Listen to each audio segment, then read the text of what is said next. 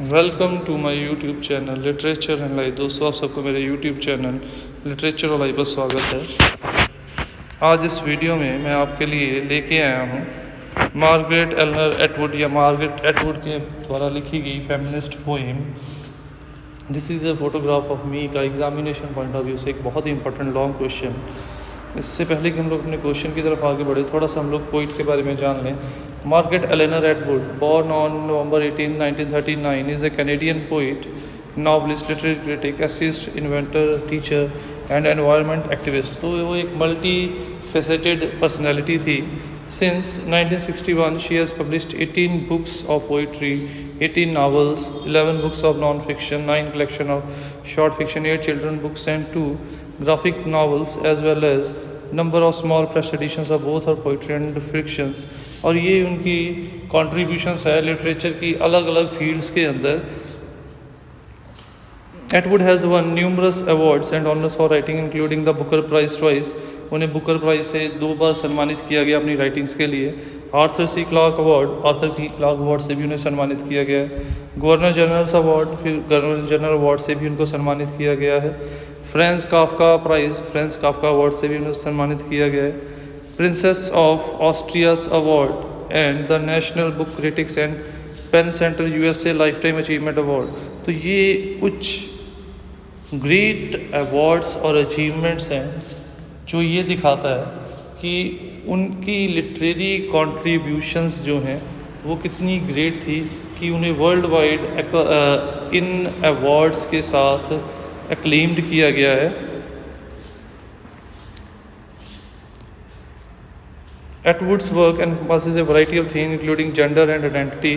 उनके बहुत सारे थीम्स हैं, जैसे जेंडर, फेमिनिज्म के ऊपर, आइडेंटिटी, इंडिविजुअलिटी के ऊपर, रिलीजन, धर्म एंड मिथ्स के ऊपर, the power of language, climate change and powerful politics. तो बहुत सारे वेरिड टॉपिक्स के ऊपर उन्होंने अपनी जो राइटिंग्स है वो लिखी हैं। जैसे यहाँ पे उन्होंने जो पोइट्री लिखी है वो डिपिक्ट करती है फेमिनिज्म को, फेमिनिस्ट पोइट्री को। Atwood is a founder of Griffin poetry prize. उन्होंने ग्रिफन पोइट्री प्राइज़ को भी ढूंढा था एंड फॉर्म किया था and writers trust of Canada, और उन्होंने राइटर्स ट्रस्ट ऑफ कनाडा को भी फॉर्म किया। She is also senior fellow of Massey college Toronto. वो सीनियर फेलो थी मैसी कॉलेज टोरंटो की। Atwood is also the inventor and developer of the long pen and associated technology that facilitate remote robotic writings of documents. तो इस तरीके से उन्होंने numerous contributions की हैं इंग्लिश लिटरेचर की अलग अलग सेक्टर्स के अंदर, और ये दिखाता है कि वो कितनी ग्रेट पर्सनैलिटी रखती हैं। तो ये थी एक ब्रीफ सी इंट्रोडक्शन एटवुड के बारे में। Now let's move on to our main topic, that is Margaret एटवुड्स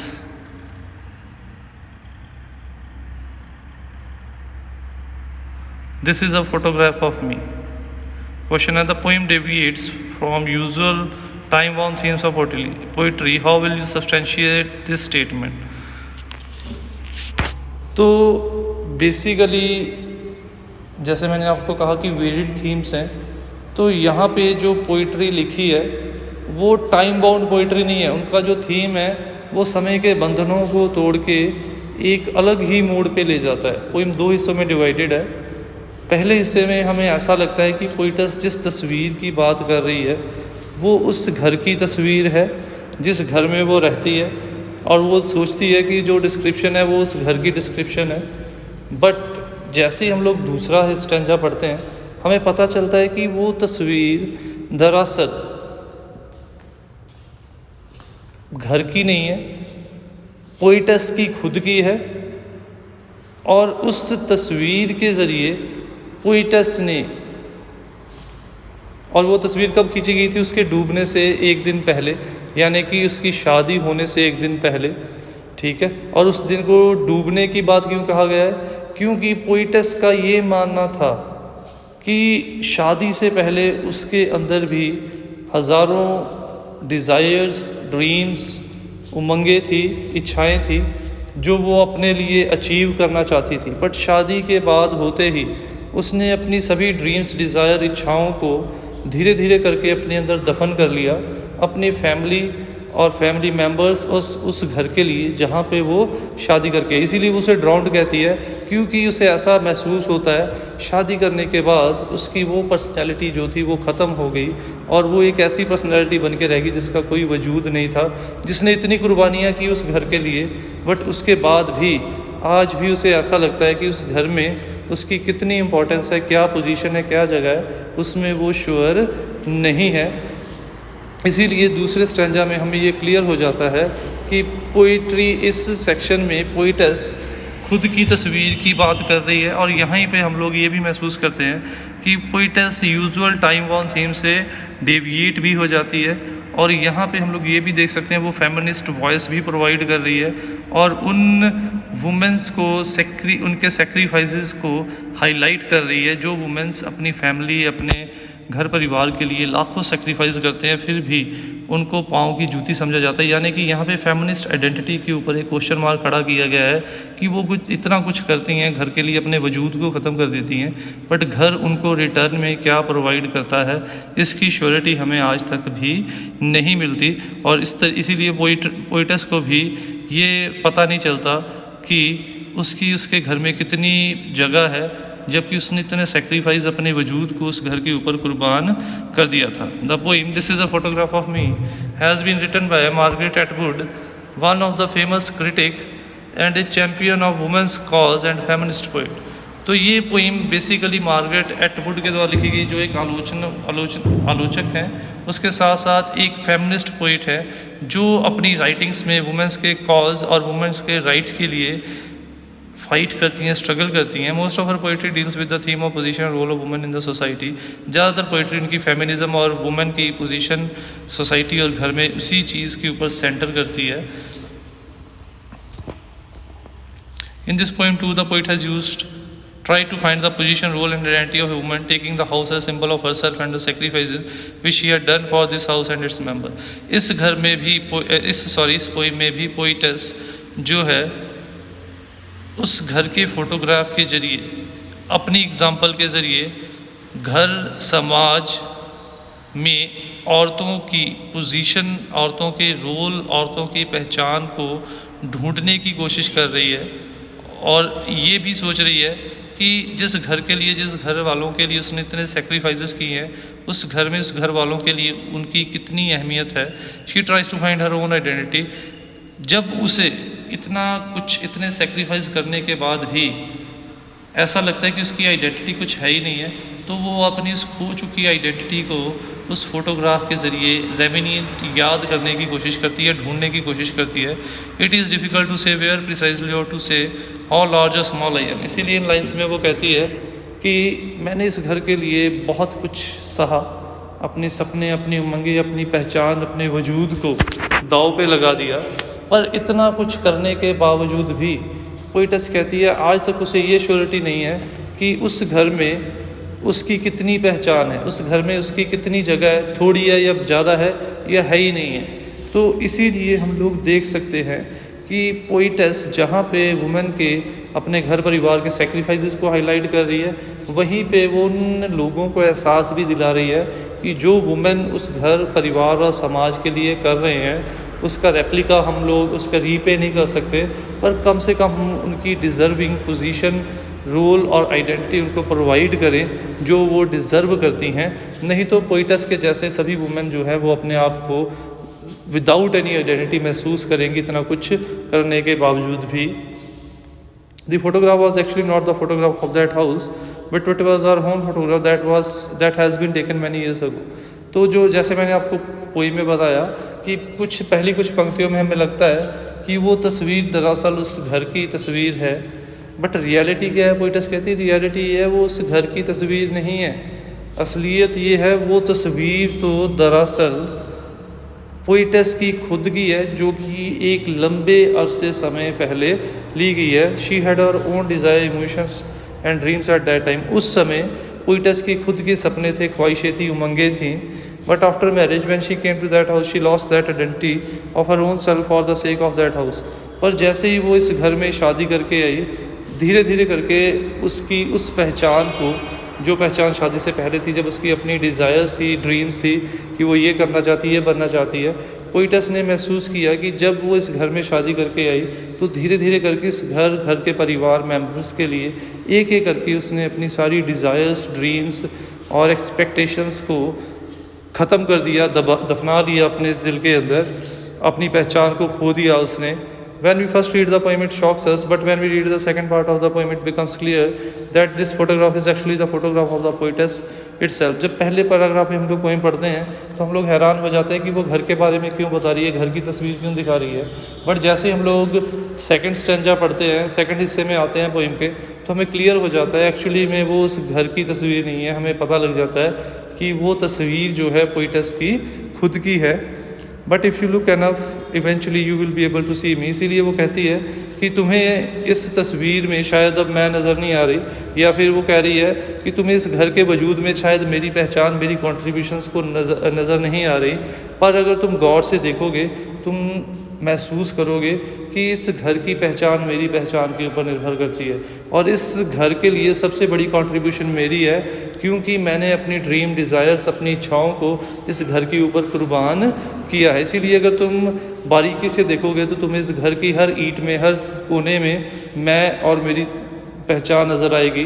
but reality ये है, असलियत ये है, दुखांत की बात ये है कि उस पोजीशन को महसूस करवाना पड़ रहा है पोइटस को, क्योंकि पोइटस को खुद भी ऐसा लग रहा है कि उसने जो किया उसके एवज़ में उसे कोई भी पहचान उस घर में नहीं मिली है।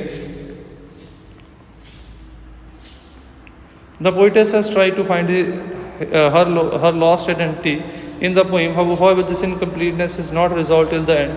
तो अंत में ये कहना गलत नहीं होगा कि वो अपनी खो चुकी पहचान को ढूंढने की या बनाने की कोशिश कर रही है। नो डाउट इस पहचान को, इस अधूरेपन को वो अंत तक पूरा नहीं कर पाती। It is not wrong to say that through his poem the poetess has tried to tell about the sacrifices of women which they do for the sake of their house and family.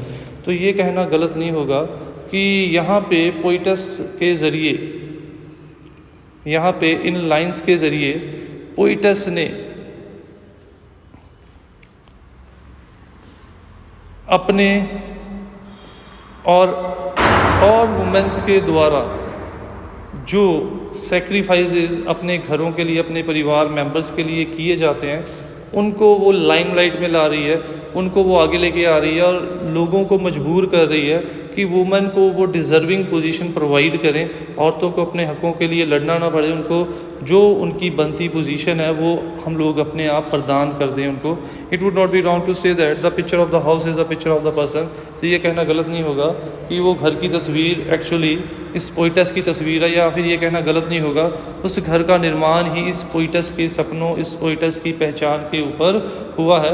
वो घर बना ही तब है जब poet's ने उसके अंदर अपने सपनों, अपनी कुर्बानियों की को बलि बना के चढ़ाया है, तो जाके वो घर बना है। तो इसीलिए वो घर एक्चुअली घर अगर बना है तो वो पोइटस के कारण बना है। इसीलिए वो तस्वीर भी बेसिकली पोइटस की है, जिसमें वो अपनी खो चुकी पहचान को ढूंढने की कोशिश कर रही है। In the end, to conclude, we can say that through this poem the poet has tried to find the lost identity and existence of women in the society.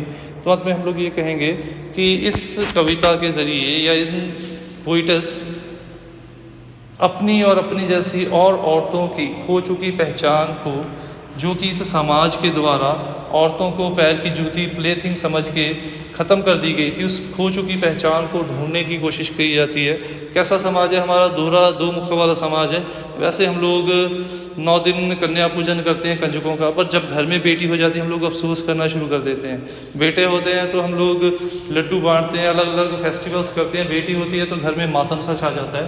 तो ये दिखाता है कि हम लोग कैसे दोहरी ज़िंदगी जी रहे हैं। एक तरफ हम लोग उनकी पूजा कर रहे हैं और एक तरफ वही जब हमारे घर में आती हैं हमारी बेटियां बन के, तो हम लोग उनको उनकी रिस्पेक्टेबल पोजीशन नहीं देते।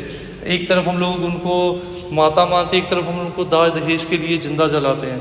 एक तरफ हम लोग उनको भगवान का दर्जा प्रदान करते हैं, गॉडेस मानते हैं, और एक तरफ हम लोग उनको शारीरिक शोषण, रेप्स या और एट्रोसिटीज़ का शिकार बनाते हैं।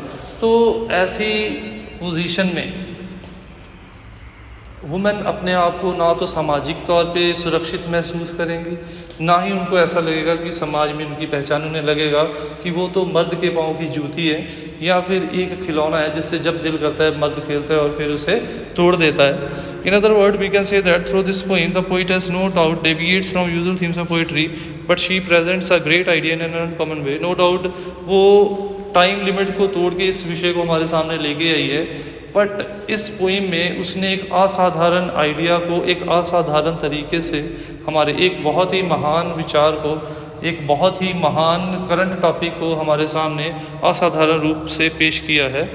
The photograph not only moves our heart but also presents before us real picture of women and their sacrifices that can not be forgotten easily.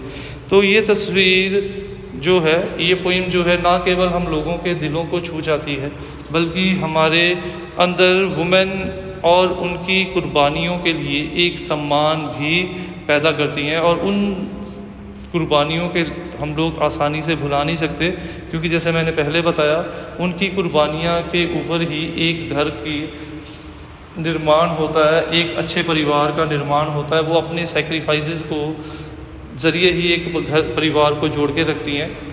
Normally हम लोग भी देखते हैं जब घर में कोई शादी फंक्शन आता है सब लोग नए कपड़े लेते हैं, इवन फादर भी कई बार ले लेते हैं, पर मदर कहती नहीं मेरे पास बहुत है। तो ये दिखाता है कि हमारे पेरेंट्स को हम लोगों से कुछ नहीं चाहिए, केवल रिस्पेक्ट चाहिए।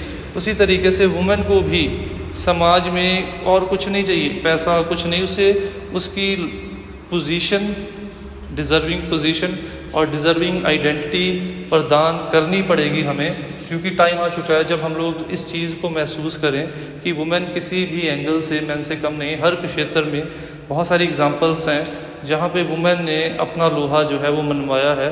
तो इसीलिए इस पोइम के ज़रिए पोइट उसी लोहे की बात करता है, उसी पोजीशन की बात करता है जो हमारे समाज को, वुमेन को प्रदान करनी पड़ेगी। तो ये थी हमारी आज की वीडियो। उम्मीद करता हूँ वीडियो अच्छी लगी होगी। अगर वीडियो अच्छी लगी हो तो वीडियो को लाइक और कमेंट ज़रूर कीजिएगा, और ऐसी वीडियोस के लिए चैनल को सब्सक्राइब कीजिए। नई वीडियोस की अपडेट के लिए बेल आइकन पर क्लिक कीजिए। Thanks for watching the video. Don't forget to subscribe my channel. Click on the bell icon to get the latest updates.